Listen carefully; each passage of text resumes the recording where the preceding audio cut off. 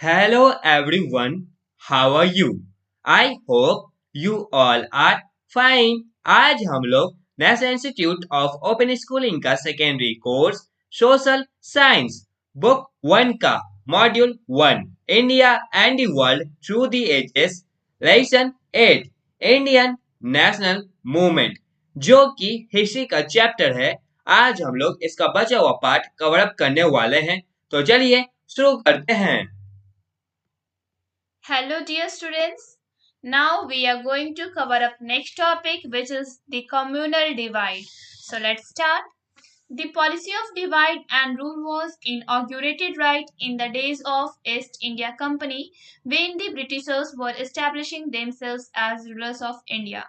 You have read how the company set one Indian ruler against the other and ultimately it became the undisputable ruler. You have seen that in the latter half of the 19th century, nationalism started growing. Now, the British government found it prudent to vitalize their policies of divide and rule and drive a wedge between the Hindus and Muslims. The British had looked upon the Muslims with disfavor and suspicion since the revolt of 1857, but now they realize that in order to counteract the growing nationalism, time had come to appease the Muslims. The government seized every opportunity to set the Indians against one another on the basis of religion and creating hostility between them. Ultimately, in accordance with this policy, separate electorates for Muslims were established. You have read about the formation of the Muslim League, which showed the seeds of communalism. You will remember that the league had been formed on the encouragement of British officials. तो लोगों ने जो British लोग थे जब उनका east India company आया था, ठीक है, तो उनके साथ एक पॉलिसी भी आया था, डिवाइड एंड रूल मीन्स फूट डालो और राज्य करो, ठीक है। तो ये जो ब्रिटिशर्स थे वो किस तरह से ट्रेड करने आते, फिर वो अपने आप को किस तरह से एज अ रूलर्स अपने आप को स्टैब्लिश कर लेते हैं इंडिया के। आप लोगों ने इस कंपनी के बारे में पढ़ा कि किस प्रकार वो आते हैं, फिर इंडिया के ऊपर रूल करने लगते हैं और फिर एक अनडिस्प्यूटेबल रूलर के जैसा यहाँ पे वर्क करते हैं। आप लोगों ने देखा कि 19वीं शताब्दी के हाफ में क्या होता है, जो बात का जो हिस्सा होता है ना, उसमें क्या होता है कि लोगों के बीच में राष्ट्रीयवादिता उत्पन्न होती है, ये भावना बढ़ने लगती है नेशनलिज्म की। अब जो ब्रिटिश गवर्नमेंट है वो क्या मान लेता है, रियलाइज कर लेता है, वाइटलाइज कर लेता है कि अब हम लोग को एक न्यू पॉलिसी लाना पड़ेगा डिवाइड एंड रूल का, जिससे हम लोग हिंदूज और मुस्लिम्स के बीच का जो यूनिटी है उसको ड्राइव आउट कर देंगे, उसको तोड़ के रख देंगे।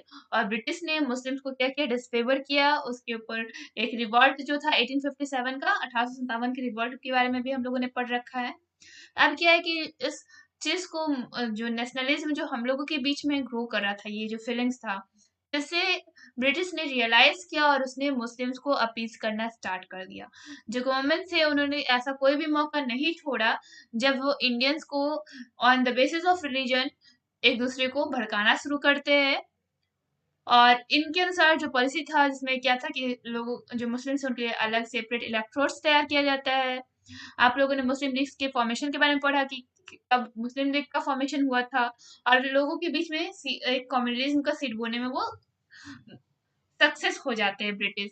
आप लोग को याद होगा इस लीग के बारे में, जिसमें जो ब्रिटिश ऑफिसर्स है उन्होंने मुस्लिम्स को encourage किस प्रकार किया था।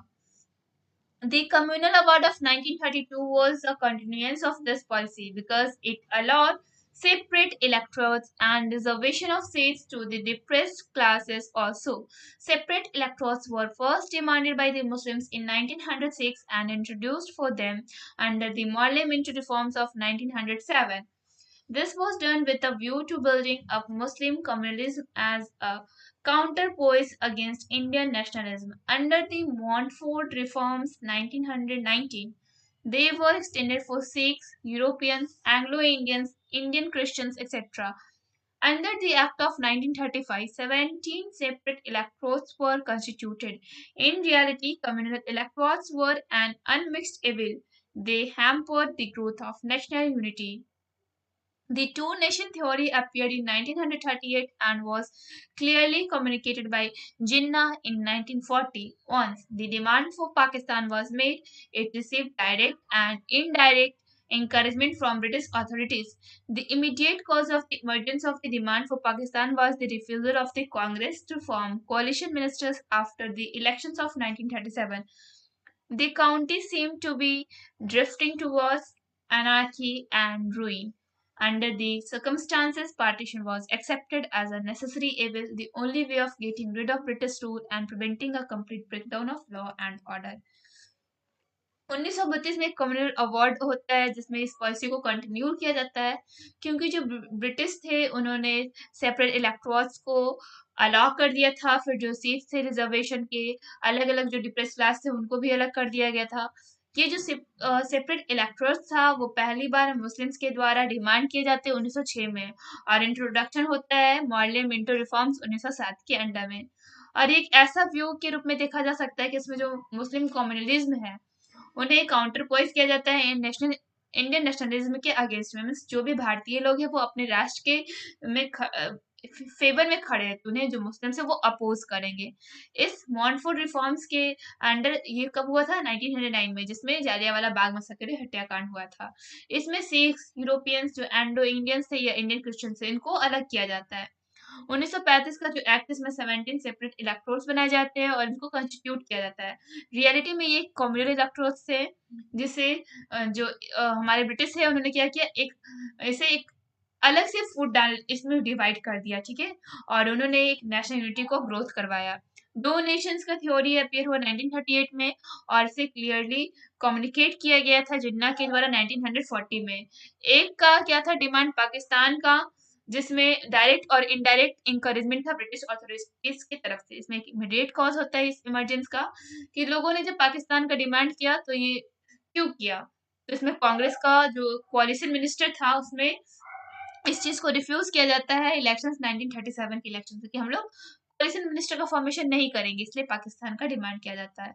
ये जो काउंटी है ये जो चीजें थे वो लोगों ने बर्बाद करना स्टार्ट कर दिया ब्रिटिश ने और इस सर्कमस्टांसेस के अंदर लोगों ने पार्टीशन को भी एक्सेप्ट किया कि लोग चाहते थे कि जो हमारा जो ये एविल है जो हमारा दुश्मन है ये ब्रिटिश वो किसी न किसी तरीके से हमारे यहाँ से जाए, हमें उनसे छुटकारा मिले। तो जब ब्रिटिश ने हमारे इंडिया को पाकिस्तान से अलग करने की सोची तो लोग ने इसे एक्सेप्ट किया क्योंकि वो चाहते थे कि हम लोग इस दुश्मन से कब छुटकारा पा ले। और जो ब्रिटिश रूल है उसका ब्रेकडाउन हो गया था उसके लॉ और ऑर्डर का। Now based on your understanding, try to solve in text questions 8.2. Okay. Our next topic is achievement of independence 1935 to 47. अब हम लोग देखेंगे जो हमारा स्वतंत्रता का जो अचीवमेंट है 1935 से 1947 में वो क्या है। The British government prepared a white paper in March 1933. On the basis of this white paper, a bill was prepared and introduced in Parliament in December 1934. The bill was finally passed as the Government of India Act on August 2, 1935. The most conspicuous feature of the Act of 1935 was the concept of an all India federation comprising the provinces of British India and the princely states. It was compulsory for the provinces to join the proposed federation. For the princely states, it was voluntary. The members from the provinces were to be elected, while the representatives of the states were to be nominated by the rulers. Only 14% of the population in British India had the right to vote. The powers of the legislative were confined and restricted. It had no control over defense and foreign relations. The Act protected British vested interests, discouraging the emergence of national unity, rather encouraging separation and communalism. All nationalists, including Nehru and Jinnah, condemned the Act. तो जो British government है उन्होंने एक white paper मार्च 1933 में prepare किया। इसके आधार पे जो वाइट पेपर के आधार पे एक बिल को प्रिपेयर किया गया जिसमें एक पार्लियामेंट का इंट्रोडक्शन करवाया गया दिसंबर 1934 में। जो बिल था फाइनली गवर्नमेंट ने पास कर दिया इंडिया एक्ट के तहत अगस्त 2 1935 के अंडर में। इसका जो मोस्ट कॉन्स्पिशियस फीचर था इस एक्ट का 1935 का वो क्या कॉन्सेप्ट था कि जितने भी इंडिया फेडरेशन है वो उसमें प्रोविंस रहेंगे ब्रिटिश के, इंडिया के और प्रिंसली स्टेट्स के। इसमें एक कंपल्सरी एक चीज ऐड किया गया था कि जितने भी प्रोविंस है वो फेडरेशन को ज्वाइन करेंगे और जितने भी प्रिंसली स्टेट है वो एक वॉलंटरी के रूप में इसमें वर्क करेंगे और जो मेंबर है इस प्रोविंसेस के उन्हें इलेक्ट किया जाएगा जबकि जो रिप्रेजेंटेटिव है स्टेट्स के उन्हें नॉमिनेट किया जाएगा रूलर्स के थ्रू। और सिर्फ इसमें जो 14% जो पॉपुलेशन थे ब्रिटिश इंडिया के, उन्हीं के पास सिर्फ वोट करने का राइट था, अधिकार था। ये जो लेजिस्लेटिव का पावर्स था वो कन्फाइंड था और रेस्ट्रिक्टेड था, मीन्स आप लेजिस्लेटिव में होते हुए, लेजिस्लेचर में होते हुए कोई भी काम नहीं कर सकते हो अपने मन से। और सिर्फ इनका भी ना ही कोई डिफेंस पे कंट्रोल था और ना ही फॉरेन रिलेशंस पे कंट्रोल था। ये जो एक्ट था वो ब्रिटिश के इंटरेस्ट को प्रोटेक्ट करता था और जितने भी नेशनल यूनिटी या इमरजेंसी है उसको डिस्करेज करता था, जैसे कि सेपरेशन को इंकरेज कर रहा था, कम्युनलिज्म को इंकरेज कर रहा था, मीन्स आप अलग हो जाओ, आपके अंदर समुदाय का भावना, बल्कि हम लोग इस फलाने समुदाय से बिलोंग करते हैं तो आपको इस बेसिस पे अलग किया जाता था। जितने भी नेशनलिस्ट थे, चाहे वो नेहरू हो या फिर जिन्ना हो, उन्होंने इस एक्ट को कंडेम किया। Okay, The Congress session met in Lucknow on 25th April 1935. Though the act was condemned, it was decided to contest the elections to resist British imperialism and to end the various regulations, ordinances, and acts which were initiated against Indian nationalism. In the 1937 elections, the Congress swept the poll. Congress ministers were formed in 7 out of the 11 provinces. On March 18, 1937, the All India Congress Committee adopted a resolution on Congress policies in the legislatures. It claimed that the Congress had contested the elections with its objective of independence and its total rejection of the new constitution and the demand for a constituent assembly to frame India's constitution. The declared Congress policy was to combat the new act and end it. The immediate effect of the coming of the Congress ministries was a feeling of relief. Political prisoners were released and a large measure of civil liberty was established. Agrarian legislation was also passed and this provided considerable relief to the peasantry. Basic education was intended to be made free and compulsory for every child. Congress session जो लखनऊ 25 अप्रैल 1935 में हुआ था उसके बारे में हम लोग देख रहे हैं। ये जो एक्ट था उसको कंडेम किया गया था, लेकिन ये निश्चय किया गया कि जो इलेक्शंस है जो ब्रिटिश इंपीरियलिज्म के रेसिस्ट में किया जाएगा उसका एंड होगा। जो भी रेगुलेशन है ब्रिटिश का ऑर्डिनेंस है और जो एक्ट है अब हम लोग उसको फॉलो नहीं करेंगे। और ये सब क्योंकि इंडियन नेशनलिज्म के विरोध में था। 1937 में जो इलेक्शंस हुआ था कांग्रेस में, उसने पोल को स्वैप्ट कर डाला। जितने भी कांग्रेस मिनिस्टर्स थे उन्होंने 11 प्रोविंसेस में से 7 का निर्माण किया। किसने निर्माण किया? कांग्रेस मिनिस्टर्स ने। मार्च 18, 1937 में जितने भी ऑल इंडिया कांग्रेस कमेटी के जितने भी सदस्य थे उन्होंने कांग्रेस पॉलिसीज को लेके एक लेजिस्लेचर बनाया। इसमें क्या क्लेम किया गया कि जो कांग्रेस है वो इलेक्शन को कंटेस्ट करेगा और अपने ऑब्जेक्टिव, अपने गोल के हिसाब से, अपने इंडिपेंडेंस को लेके, और उन्होंने नए कॉन्स्टिट्यूशन को पूरी टोटली रिजेक्ट कर दिया। और उन्होंने एक डिमांड किया कॉन्स्टिट्यूएंट असेंबली का जिसमें इंडिया के कॉन्स्टिट्यूशन को फ्रेम किया गया था। जैसा कि हम लोगों ने पहले पढ़ा है कि जो लोग हैं उन्होंने इंडियन कॉन्स्टिट्यूशन बनाना स्टार्ट कर दिया था जिसे नेहरू रिपोर्ट भी बोला गया था। ये जो कांग्रेस पॉलिसी है इसने डिक्लेयर किया कि हम लोग नया एक्ट बनाएंगे और इसका जो भी पॉलिसी है ब्रिटिश का उसको हम लोग अब समाप्त करेंगे। इसका एक इमीडिएट इफेक्ट रहा कि जो कांग्रेस मिनिस्ट्रीज है वो आए और उनके बीच में फीलिंग का रिलीफ रहा और जो पॉलिटिकल प्राइजनर्स थे जितने भी उनको रिलीज किया गया। जितने भी राजनेता को जेल में डाला गया था, उन कैदी थे वो, उनको रिलीज किया गया और बड़ी संख्या में सिविल लिबर्टी स्टैब्लिश किया गया।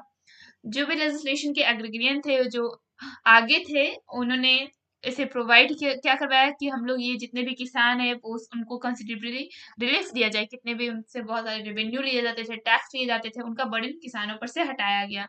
जो बेसिक एजुकेशन था उसे फ्री और कंपल्सरी बनाया गया कि हर एक बच्चे अब शिक्षित होंगे। ये एक फ्री बनाया गया बच्चों के लिए और कंपल्सरी की हाँ ये जरूरी चीजें हैं।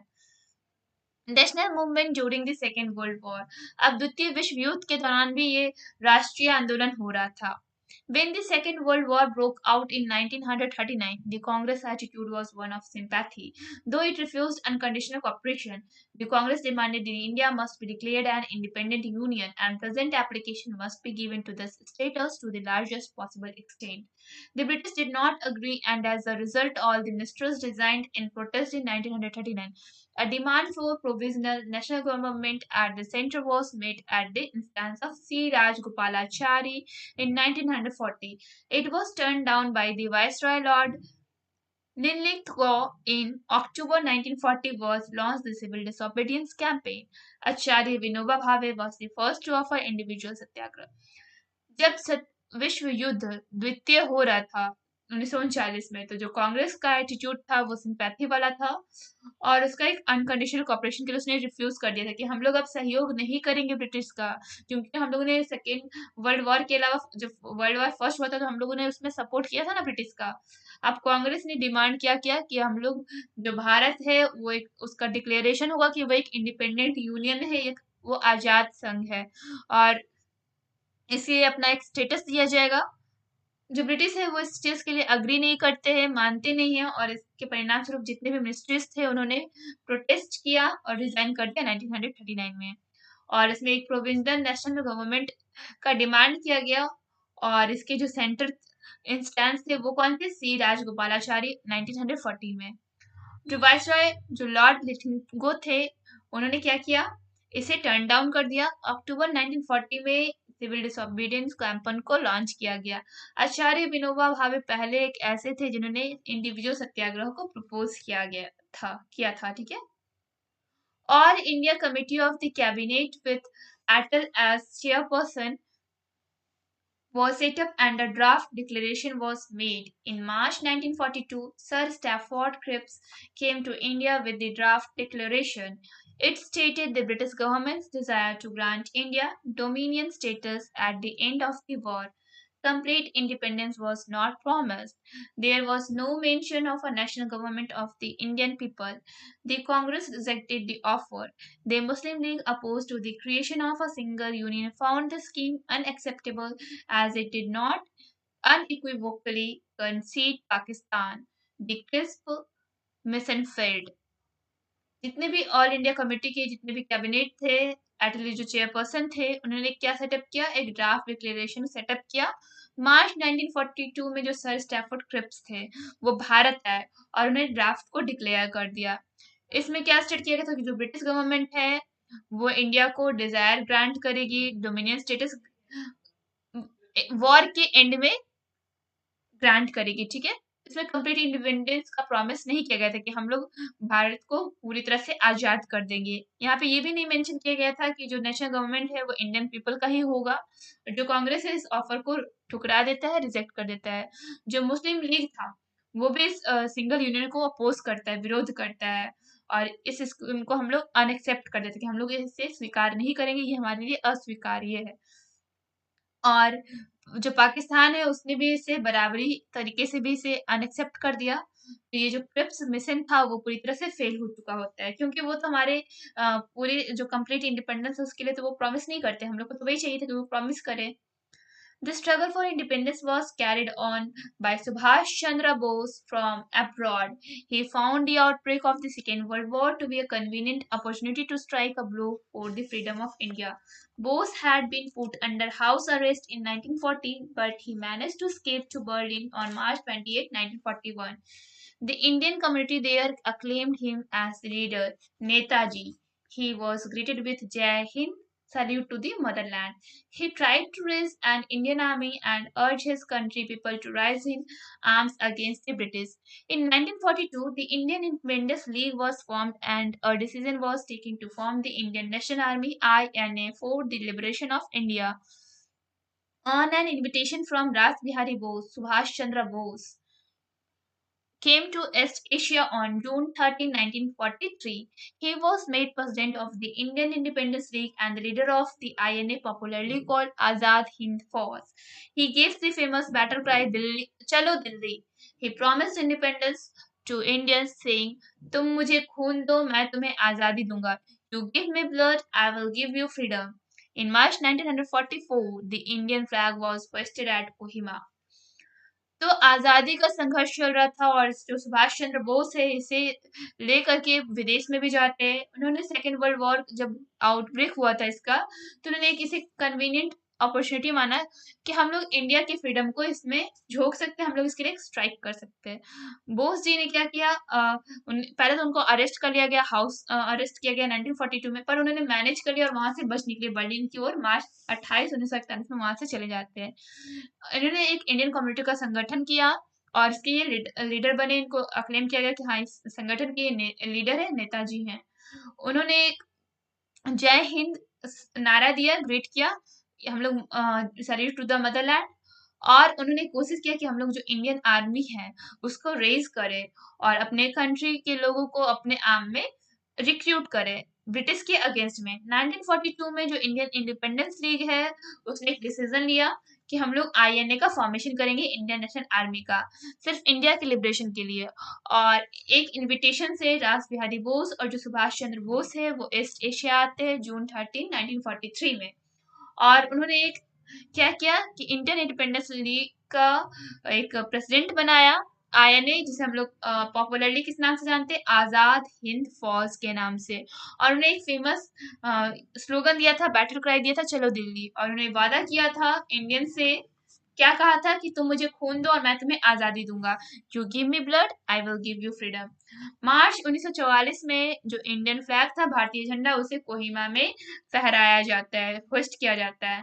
Unfortunately, after the movement collapsed, what happened to Netaji remains a mystery. It is said that he lost his life in an air crash in August 1945, but it could not be ascertained. The INA continued to occupy an honored place in India's freedom struggle. The intense patriotism of Bose and the soldiers of INA proved a tremendous source of inspiration for the Indian people.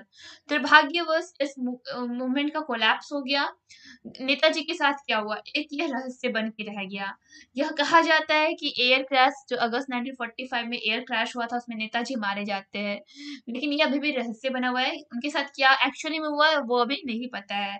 लेकिन जो INA था, Indian national army, उसने अपना honour नहीं खोया और उसने एक अच्छा सा पोजीशन बनाए रखा फ्रीडम स्ट्रगल में। इसमें एक देशभक्ति था बोस का, और जितने भी उनके सोल्जर्स थे आईएनए, उन्होंने साबित कर दिया कि वो एक ग्रेट सोर्स ऑफ इंस्पिरेशन बने रहेंगे भारतीय लोगों के लिए। Quit India movement and after, अब देखेंगे कि भारत छोड़ो आंदोलन उसके बाद में क्या होता है। The failure of the Cripps mission made the Indians frustrated and embittered. It was felt that time had now come for launching another mass movement against the British rule. Discontent of Indian people was increasing due to wartime shortages and growing unemployment. There was a constant danger of Japanese attack.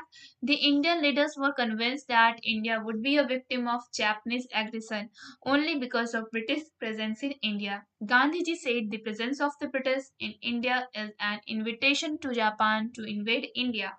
Subhash Chandra Bose, who escaped from India in 1941, repeatedly spoke over radio from Berlin, arousing anti-British feeling which gave rise to pro-Japanese sentiments. जब Cripps mission का failure हुआ था तो जिससे Indian frustrate हो गए थे, इम्बिटर्ड हो गए थे, और उन्होंने महसूस किया कि अब ये समय आ चुका है कि हम लोग एक नया आंदोलन बहुत भारी मात्रा से, बहुत ही बड़े तरीके से इसको लॉन्च करें ब्रिटिश के खिलाफ में, जो ब्रिटिश शासन करे थे उनके खिलाफ में। जितने भी इंडियन पीपल थे उन्होंने अपने युद्ध के समय में क्या किया, अनएम्प्लॉयमेंट पूरी तरह से उनके लिए खड़ा हो चुका था ना, कि उनके पास कोई जॉब भी नहीं था, और उनके पास जापानीज अटैक का भी बहुत ज़्यादा डेंजर था कि जापानीज कब हम लोग पे अटैक कर दें। जो इंडियन लीडर्स थे उन्होंने इंडिया को कन्विंस किया कि हम लोग को जापानीज का विक्टिम बनने से अच्छा है कि हम लोग भी एग्रेशन कर ले, हम लोग भी तो पूरी तरह से आक्रोशित होकर ब्रिटिश के ऊपर जो है इनको हम लोग यहाँ से पहले हटाए। गांधी जी ने कहा जब तक ब्रिटिश यहाँ पे प्रेजेंस है तो इंडिया इनवाइट कर रहा है जापान को कि हम पे आके हमला करो, मीन्स जो ब्रिटिश हम लोग के यहाँ है तो जापान हम लोग के ऊपर हमला जरूर करेगा। सुभाष चंद्र बोस जो कि इंडिया से बच के निकले थे 1941 में, उन्होंने रिपीटली कहा रेडियो से कि जो बर्लिन है वो एंटी ब्रिटिश यहाँ पे फीलिंग आ रहा है बर्लिन से, और जिसकी वजह से प्रो जापानीज सेंटिमेंट हो सकता है। तो मेन बात ये था कि जब तक ब्रिटिश रहेंगे हमारे यहाँ तब तक के लिए हम लोग पे क्या खतरा था कि जापान हम लोग पे हमला जरूर करेगा, इसलिए हम लोग को ब्रिटिश को भी भगाना बहुत ज़्यादा ज़रूरी हो गया था, हम लोग को आज़ादी की भी बहुत ज़्यादा ज़रूरत हो चुकी थी। The Congress and the Gandhi ji felt that the British must be compelled to accept Indian demands for quit or quit the country. A meeting of the Congress Working Committee in Wardha passed the Quit India resolution on 14 July 1942, which was later endorsed and passed on 8 August at the Bombay session of the Congress. The Congress decided to launch a mass struggle on non-violent lines on the widest possible scale. Addressing the Congress delegates on the night of 8 August, Gandhiji in his soul-stirring speech said, तो जो गांधी जी थे, कांग्रेस था जो गांधी जी के under में काम कर रहा था, जो ब्रिटिश थे उन्होंने इसको कंपेल करना स्टार्ट किया और इंडियन डिमांड्स को देखा कि हम लोग इंडियन डिमांड्स को पूरा करें, हम लोग को कंट्री को क्विट करना है या क्या करना है। कांग्रेस के मीटिंग के पास जो वर्किंग कमेटी था वर्धा के पास, उन्होंने क्विट इंडिया रेजोल्यूशन 14 जुलाई 1942 में स्टार्ट किया और इसका इंट्रोजमेंट कब हुआ? 8 अगस्त बॉम्बे सेशन में कांग्रेस का। ठीक है, कांग्रेस ने डिसाइड किया कि हम लोग बड़ी पॉपुलेशन में हम लोग नॉन वायलेंट लाइन्स को लॉन्च करेंगे और इसके जितना भी पॉसिबल स्केल हो सके उतने बड़ी मात्रा में हम लोग इसे लॉन्च करने वाले हैं। और कांग्रेस ने ये एड्रेस किया 8 अगस्त के रात में कि जो गांधी जी उन्होंने एक स्पीच दिया था, उन्होंने अपने स्पीच में क्या बोला था गांधी जी ने, I therefore want freedom immediately, this very night before dawn, if it can be had. I am not going to be satisfied with anything short of complete freedom. Here is a mantra, a short one that I give you. You may imprint on your hearts and let every breath of yours give expression to it. The mantra is do or die. We shall either free India or die in the attempt. We shall not live to see the perpetuation of slavery. मैं यहाँ पे ये कहना चाहता हूँ कि मुझे अब तुरंत आज़ादी चाहिए और इससे ज़्यादा हमें कुछ भी नहीं चाहिए। मीन्स हम लोग इससे कम में कुछ नहीं मानने वाले हैं ना, हम लोग इससे कुछ भी कि कोई हम लोग को कुछ भी दे रहा है या फिर कोई किसी चीज़ का वादा कर रहा है तो हम लोग उससे संतुष्ट अब नहीं होने वाले हैं। और मैं तुम्हें यहाँ पे एक मंत्र दे रहा हूँ और आप इसे अपने दिल में उतार लो और हर एक सांस को इस एक्सप्रेशन में बसा लो। ये मंत्र क्या है? डू और डाई, करो या मरो। या तो तुम भारत को आज़ाद करवाओ या फिर भारत को आज़ाद करने की कोशिश में ही मारे जाओ। हम लोग अब नहीं जानते कि अब भारत जो है वो अब स्लेव रहेगा, मीन्स गुलाम रहेगा। हम लोग इसकी गुलामी नहीं चाहते भारत का। But before the Congress leaders could start the movement formally, all important leaders of Congress were arrested before the dawn of 9th August 1942. Congress was banned and declared as an illegal organization. The press was censored.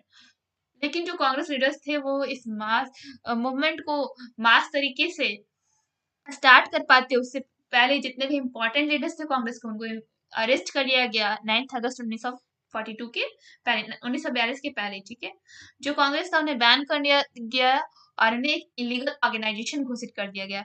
Press को भी sensor कर दिया गया। The news of the arrest of popular leaders shocked the nation. Their anger and resentment was expressed through numerous agitations, hartals, processions, and demonstrations in all parts of the country. With most of the important leaders in jail, the movement took a different shape at different places. The people gave way to their anger by burning government buildings, police stations, post offices, anything that symbolized British authority. Railways and telegraph lines were disconnected at some places, such as in Balia district in UP, Midnapur district of West Bengal, and in Satara in Bombay, the revolt took a serious turn. Inspired by the mantra of Gandhiji, people were ready to make the supreme sacrifice. The British, with its army and police, came down heavily on the Indian people. The people were shot indiscriminately. The Quit India movement became one of the greatest mass movements of historical significance. It demonstrated the depth of national sentiments and indicated the capacity of the Indian people for sacrifice and determined struggle. After this movement, there was no retreat. Independence of India was no longer a matter of bargain, it was to be reality. तो जितने भी leaders थे popular, उनके arrest की news के बाद जो पूरा राष्ट्र था वो पूरी तरह से शॉक हो गया था। उनका गुस्सा, उनका आक्रोश, उनका दुख पूरी तरह से किस में बदल गया? लोग एजिटेशन करने लगे, हड़ताल करने लगे, डेमोन्स्ट्रेशन, प्रोसीजन सब में वो पूरे देश में वो करने लगे। ठीक है, बहुत सारे जो इम्पोर्टेंट लीडर्स थे अब क्योंकि जेल में थे तो ये जो मूवमेंट था वो हर एक जगह पे अलग अलग शेप लेना स्टार्ट कर देता है। जो लोग थे उन्होंने क्या किया, जो भी चीजें जो ब्रिटिश अथॉरिटी को सिंबलाइज करता था उसे जलाना स्टार्ट कर दिया। जैसे कि गवर्नमेंट बिल्डिंग्स को उन्होंने जलाया, पुलिस स्टेशन, पोस्ट ऑफिस सबको जला के राख कर दिया। जो रेलवे और टेलीग्राफ लाइन थे उन्हें भी डिस्कनेक्ट कर दिया गया। कुछ प्लेसेस जैसे कि बालिया डिस्ट्रिक्ट यूपी में है, मिदनापुर डिस्ट्रिक्ट वेस्ट बंगाल का है और सतारा बॉम्बे में। यहाँ पे जो रिवॉल्ट है वो पूरी तरह से सीरियस टर्न ले लेता है। और गांधी जी का जो मंत्र था उससे लोग इंस्पायर हो गए थे, करो या मरो वाले। ठीक है, ये मंत्र था, तो लोग अपना सुप्रीम सैक्रिफाइस भी करने के लिए तैयार हो गए थे कि हम लोग अब अपना बलिदान देने के लिए पूरी तरह से तैयार है। जो ब्रिटिश थे वो अपने आर्मी के साथ, पुलिस के साथ इंडियन लोगों पे टूट पड़े और लोगों को शूट करना स्टार्ट कर दिया बिना किसी भेदभाव के। जो ये क्विट इंडिया मूवमेंट था, एक ग्रेटेस्ट मास मूवमेंट बन चुका था। पूरी तरह से इसका एक इतिहास में बहुत बड़ा रोल हो चुका है। अभी हम लोग जिसके बारे में पढ़ रहे हैं, इसमें लोगों के अंदर नेशनल सेंटिमेंट्स भर चुके थे। जो इंडियन पीपल थे उन्होंने अपना पूरा तरह से बलिदान देना स्टार्ट किया। उन्होंने स्ट्रगल के लिए पूरी तरह से डिटरमाइन हो गए कि अब हम संघर्ष करके ही रहेंगे। इस मूवमेंट के बाद ना ही कोई रिट्रीट का तरीका बचा था, ना ही लोगों ने ये बोला कि अब हम कोई भी बार्गेन नहीं करेंगे। मीन्स इसके बदले हम लोग को कुछ नहीं चाहिए, हम लोग को चाहिए तो क्या चाहिए, सिर्फ आज़ादी चाहिए और हम लोग को ये रियलिटी में चाहिए। इसमें हम लोग कोई भी बार्गेनिंग नहीं करेंगे चाहे कुछ भी हो जाए।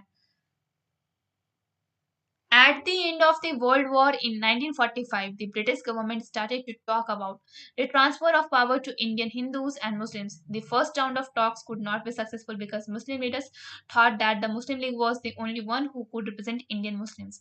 The Congress did not agree upon it. In 1946, the cabinet mission arrived in India to find a mutually agreed solution of the Indian problem. The mission held talks with the leaders of all prominent political parties and then proposed its plan of establishing federal government in India. Initially, the plan was criticized by all political parties, but later all gave their consent to it. When the election to the Constituent Assembly took place, the Congress won 199 seats and the Muslim League won 73. जब world war 1945 में खत्म हो गया द्वितीय विश्व युद्ध, तो जो ब्रिटिश गवर्नमेंट है उसने क्या किया कि अपना पावर हम लोग ट्रांसफर करेंगे इंडियन हिंदूज और मुस्लिम्स के बीच में। फर्स्ट राउंड हुआ जिसमें इसको उतना सक्सेसफुल नहीं मिला, क्योंकि जो मुस्लिम लीडर्स थे वो क्या सोचते थे कि जो मुस्लिम लीग है ना वही इंडियन मुस्लिम्स को रिप्रेजेंट करेगा, लेकिन कांग्रेस इससे अग्री नहीं करते हैं। 1946 में कैबिनेट मिशन आए भारत में और उन्होंने एक म्यूचुअली अग्रीड सॉल्यूशन निकाला इंडियन प्रॉब्लम का। मिशन ने क्या बोला कि जितने भी लीडर्स है प्रोमिनेंट पॉलिटिकल पार्टीज, उनको हम लोग फेडरल गवर्नमेंट के थ्रू स्टैब्लिश करेंगे। इनिशियली जो प्लान था पहले क्रिटिसाइज किया गया, मना किया गया जितने भी पॉलिटिकल पार्टीज थे उनके द्वारा, लेकिन बाद में क्या हुआ, जो इलेक्शन है कॉन्स्टिट्यूएंट असेंबली का वो हुआ और कांग्रेस कितनी सीट जीतती है, 190। वहीं मुस्लिम लीग ओनली 73, 73 सीट्स जीतती हैं। Partition and independence of India, हम लोग देखेंगे किस प्रकार से भारत का विभाजन होता है, भारत बंटता है और उसकी आजादी होती है। Differences soon arose between the Congress and the Muslim League concerning the powers of the constituent assemblies. The League rejected the cabinet mission plan in the middle of 1946. In September 1946, the Congress formed the government at the center. The League refused to be a part to it. Muslim League celebrated this day as a Direct Action Day on 16th August 1946 to attend Pakistan.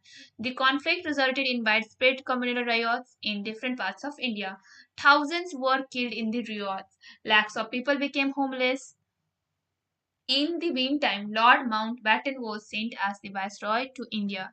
He put up his plan into 1947, which included partition of India. In spite of strong opposition by Gandhi, all the parties agreed to the partition and the Indian Independence Act.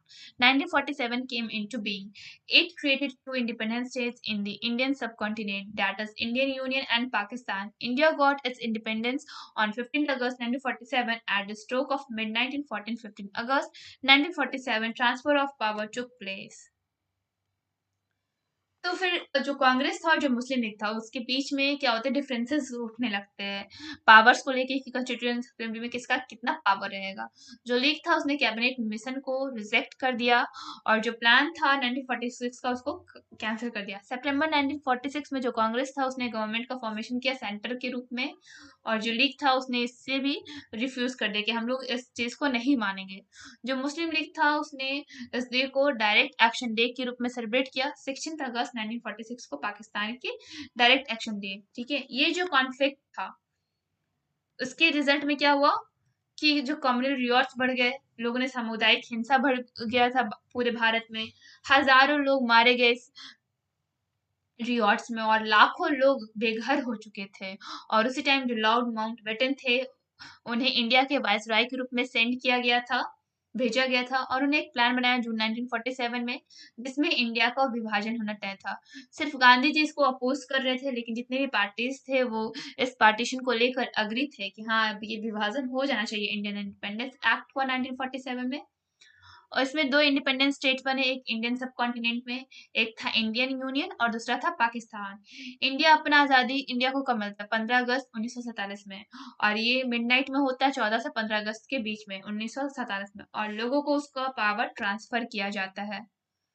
Now based on your understanding try to solve in text questions 8.3। Finally chapter complete हो चुका है। तब तक के लिए इस chapter का in-text question और टर्मिनल एक्सरसाइज बनाने का प्रयास करें। ये है टर्मिनल क्वेश्चन। सारे इंटेक्स्ट क्वेश्चन का आंसर यहाँ नीचे दिया गया है। पहले खुद से बनाने का प्रयास करें, फिर आंसर की हेल्प लें। That's all for today. Thank you everyone.